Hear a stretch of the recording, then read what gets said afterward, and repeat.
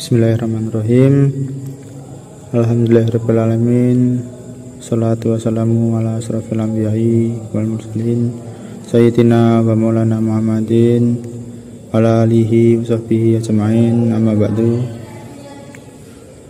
Sebelumnya saya ucapkan terima kasih kepada Bapak Muhammad Fatoni selaku dosen pengampu mata kuliah studi Quran dan Hadis yang telah memberi kesempatan untuk melakukan presentasi pada hari ini.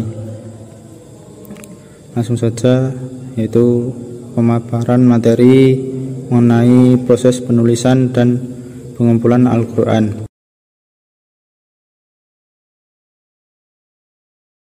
Proses pengumpulan Al-Quran pada masa Rasulullah terdiri dari hafalan dan penulisan dengan tujuan menjaga kemurnian ayat-ayat sejak awal pewahyuan hingga menjadi mushaf. Nabi Muhammad dan para sahabat berupaya memelihara ayat-ayat melalui hafalan dan penulisan yang diawasi oleh Nabi, serta dengan mencatat atau menuliskannya sesuai dengan persetujuan Nabi. Pada awalnya, bagian-bagian Al-Quran diwahyukan kepada Nabi dijaga melalui hafalan oleh para Nabi dan para sahabat. Tradisi kuat dalam masyarakat Arab memungkinkan pemeliharaan Al-Quran dengan cara ini. Nabi menyampaikan wahyu kepada pengikutnya yang kemudian menghafalnya. Hadis seperti yang diriwayatkan oleh Utsman bin Affan menunjukkan upaya Nabi dalam merangsang penghafalan wahyu dengan mengajarkan bahwa yang terbaik di antara mereka adalah yang mempelajari dan mengajarkan Al-Quran. Pada masa Nabi Muhammad, beberapa individu yang dijuluki sebagai qari yang menghafal Al-Quran termasuk keempat khulafaur rasyidin, Tolhah, Sa'id bin Mas'ud, dan lainnya. Ada pula Qurabul Wahyu, yaitu para penulis wahyu seperti khulafaur rasyidin, Muawiyah, Zaid bin Sabit, dan lainnya. Meskipun wahyu ditulis atas perintah Nabi, media tulis yang terbatas seperti lembaran lontar, batu tulis, pelepah kurma, dan lain-lainnya adalah yang digunakan. Meskipun ada penulisan, Al-Quran masih berupa lembaran tercecer pada masa itu. Az-Zarqani menjelaskan alasan dibalik kondisi ini, yaitu yang pertama, keterbatasan media untuk membukukan Al-Quran. Yang kedua, pada saat itu para qari masih sangat banyak dan Islam belum menyebar seperti pada masa Abu Bakar maupun Utsman. Yang ketiga, singkatnya jarak antara berhentinya wahyu dan wafatnya Nabi. Yang keempat, ayat-ayat Al-Quran yang turun terkadang untuk menghapus keberlakuan ayat sebelumnya. Yang kelima, Al-Quran tidak turun sekaligus, melainkan dengan cara sedikit demi sedikit selama rentang 20 tahun atau lebih. Yang terakhir, urutan ayat turun kepada Nabi berdasarkan asbabun nuzul, sedangkan urutan ayat dalam Al-Quran tidak disusun berdasarkan hal tersebut.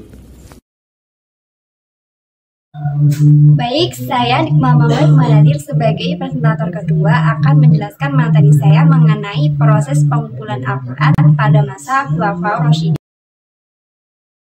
Yang pertama yaitu pada masa Abu Bakar As-Siddiq. Ketika Rasulullah SAW wafat, Al-Quran itu masih berjajaran, entah itu ditulis di pelepah kurma ataupun kulit hewan atau yang lain-lain, masih dalam tempat yang seadanya. Pada masa Abu Bakar ini, Al-Quran sudah mulai dikumpulkan dikarenakan adanya suatu alasan, yaitu Perang Yamamah.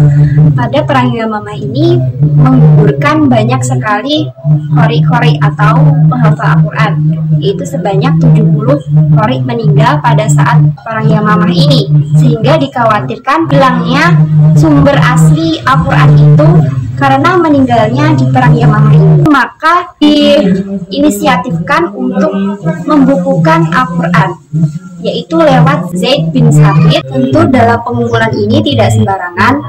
Zaid bin Sabit tidak hanya mengandalkan hafalan tetapi menggunakan dua sumber. Yang pertama dari tulisan yang ditulis di hadapan Rasulullah SAW langsung, dan yang kedua yaitu lewat hafalan dari para sahabat, di mana persyaratannya yaitu harus ada 2 saksi dalam mengetahui bahwa sahabat tersebut memang pernah berhadapan langsung dengan Rasulullah.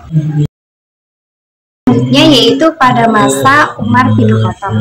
Pada saat ini tidak ada perkembangan secara signifikan mengenai proses pengumpulan Al-Quran, mengenai tentang penyebaran mushaf Al-Quran ini dengan cara mendatangkan para sahabat ke beberapa wilayah agar mereka bisa menyebarluaskan Al-Quran yang telah diterbitkan oleh Zaid bin Sabit pada masa Abu Bakar As-Siddiq. Selanjutnya yaitu pada masa Utsman bin Affan. Nah, pada saat ini para sahabat telah berpencar ke beberapa wilayah untuk menyebarluaskan mengenai mushaf Al-Quran yang diterbitkan oleh Zaid bin Sabit. Nah, ternyata penyebaran Al-Quran di beberapa wilayah ini menyebabkan perbedaan qiraah antara wilayah satu dengan wilayah lainnya. Sehingga itu Utsman bin Affan ini berusaha untuk membukukan atau membuat mushaf yang bisa digunakan untuk ketujuh dialek ini, sehingga tidak ada perbedaan antara qiraah Al-Quran. Yang terakhir pada masa Ali bin Abi Thalib tidak ada perkembangan yang signifikan mengenai proses pengumpulan Al-Quran, tetapi lebih ke praktek-praktek penetapan hukum yang terdapat di dalam Al-Quran. Sekian dari saya, terima kasih. Di sini saya akan menjelaskan tentang penyempurnaan dan pemeliharaan Al-Quran setelah masa khalifah. Penyempurnaan dan pemeliharaan Al-Quran setelah masa khalifah dibagi menjadi 3 tahap. Tahap yang pertama yaitu pada masa Abu al-Aswad al-Duwali, yang kedua pada masa Yahya bin Ya'mur, dan yang ketiga yaitu pada masa Khalil bin Ahmad. Pada masa Abu al-Aswad al-Duwali ini hanya mengenalkan tanda titik pada Al-Quran, seperti tanda titik di atas disebut fathah, tanda titik di bawah disebut kasroh, dan tanda titik di samping disebut dhammah. Jadi pada masa ini hanya mengenalkan tanda titik saja. Untuk yang kedua yaitu pada masa Yahya bin Ya'mur. Pada masa Yahya bin Ya'mur ini menyempurnakan tanda titik pada Al-Quran. Jadi pada masa Yahya bin Ya'mur ini melanjutkan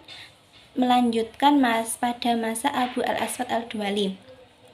Yang ketiga yaitu pada masa Khalil bin Ahmad. Pada masa Khalil bin Ahmad ini menggantikan titik di atas huruf dan huruf alif kecil untuk tanda fathah sampai dengan pemberian tanda wakaf di akhir surat. Jadi Al-Quran bisa dikatakan sempurna itu pada zaman Khalil bin Ahmad. Demikian presentasi yang dapat saya sampaikan. Selanjutnya rasum Al-Quran yang pertama yaitu 1. Rasum Utsmani. Rasum Utsmani adalah rasum yang berbentuk tulisan yang telah diakui dan diwarisi oleh umat Islam sejak masa Utsman. Dan dipemelihara, rasum Utsmani merupakan jaminan kuat bagi penjagaan Al-Quran dari perubahan dan mengganti huruf-hurufnya. Bahwasanya dijelaskan, rasum Utsmani mutlak diharuskan karena statusnya sudah masuk dalam kategori rujukan dan penulisannya tidak mempunyai alasan untuk mengabaikannya.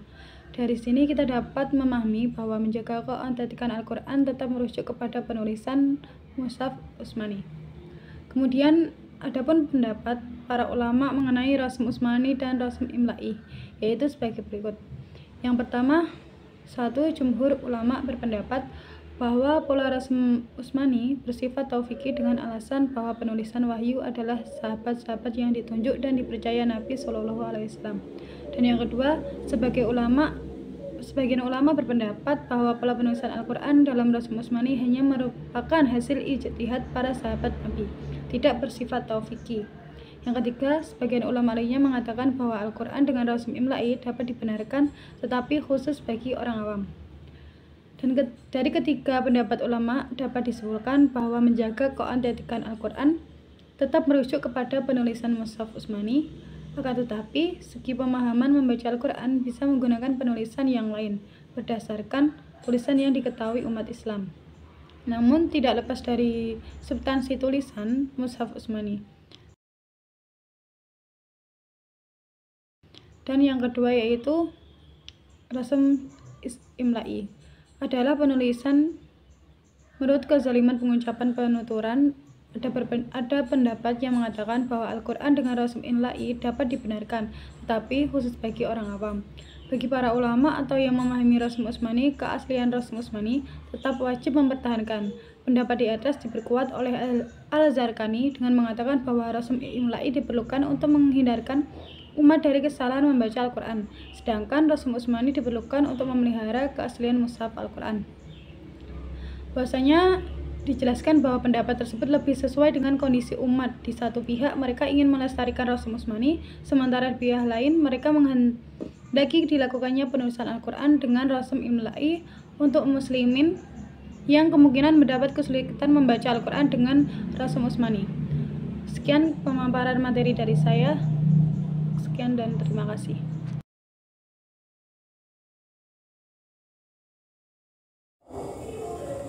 Baik, sesi pemaparan materi sudah usai.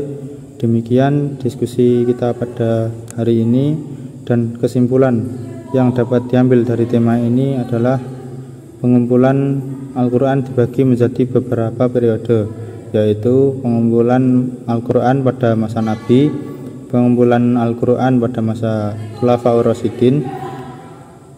Pada masa Nabi, pengumpulan Al-Quran dilakukan dengan dua cara, yaitu yang pertama, para sahabat langsung menghafalnya di luar kepala setiap kali wahyu turun kepada Rasulullah. Sedangkan yang kedua, setiap kali wahyu turun, Rasulullah selalu membacakan kepada para sahabat secara langsung dan menyuruh mereka menuliskannya.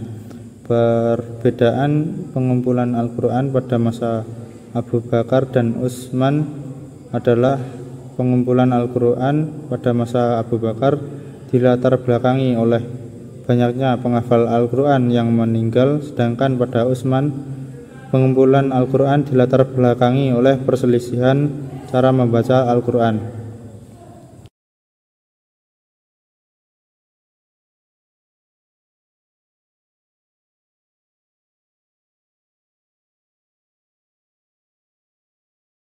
Sekian dari kami. Jika ada kurang lebih dan tutur kata yang kurang tepat, kami mohon maaf yang sebesar-besarnya. Wa afu minkum ihdinas siratal mustaqim. Wassalamualaikum warahmatullahi wabarakatuh.